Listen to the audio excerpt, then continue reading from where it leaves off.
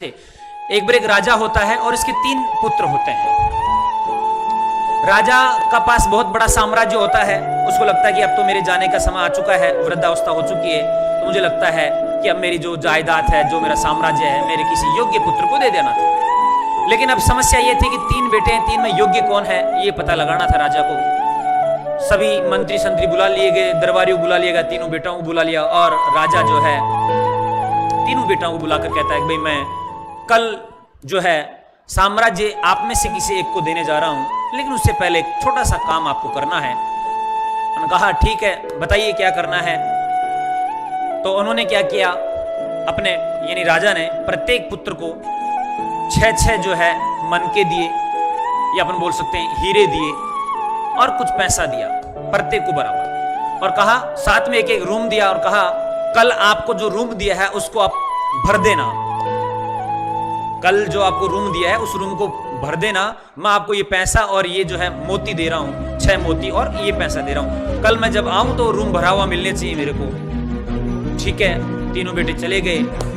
अगले दिन राजा जी और अपने मंत्री साथ जाते हैं। राजा जी देखते हैं कि चलो ठीक है, अपने बेटों के रूम देख लेते हैं कैसे क्या है।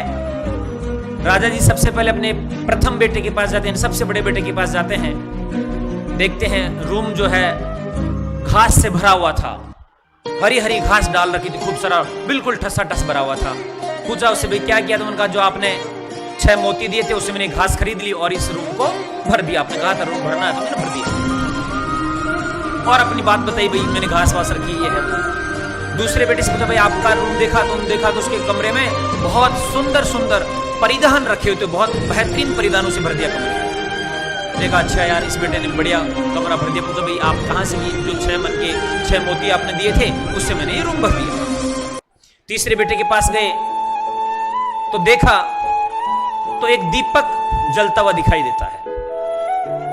पूछा 6 मन के 6 मोती कहां गए? पापा या ये 6 मन के मेरे पास है, ये दीपक मैंने जला दिया। ठीक है, देख के आ गए। कहा तीनों पुत्र आ जाइए सभा के अंदर। सभा में सब चर्चा करते भाई क्या है कैसा है। अंत में फाइनल हुआ कि सबसे छोटे पुत्र को जो है साम्राज्य दिया जाएगा। कि क्यों दिया जाएगा? कि उन्होंने बिना पैसे खर्च किए हुए, बिना व्यर्थ में पैसा खर्च किए हुए मैंने रूम भरने के लिए कहा था, इन्होंने रोशनी से रूम भर दिया। और ये 2 पुत्र थे जो दिया था वो सब कुछ बर्बाद करके एक ने घास से भर दिया और एक ने कपड़ों से भर दिया। तो मित्रों जीवन में सीख इसी बात से है, इसी बात पे निर्भर करती है कि आप पैसा कहां खर्च करते हो, कहां पर इन्वेस्ट करते हो, और फिर आप अपने जीवन में उससे क्या लेकर आते हो। तो आपके पास में भी समय है अभी,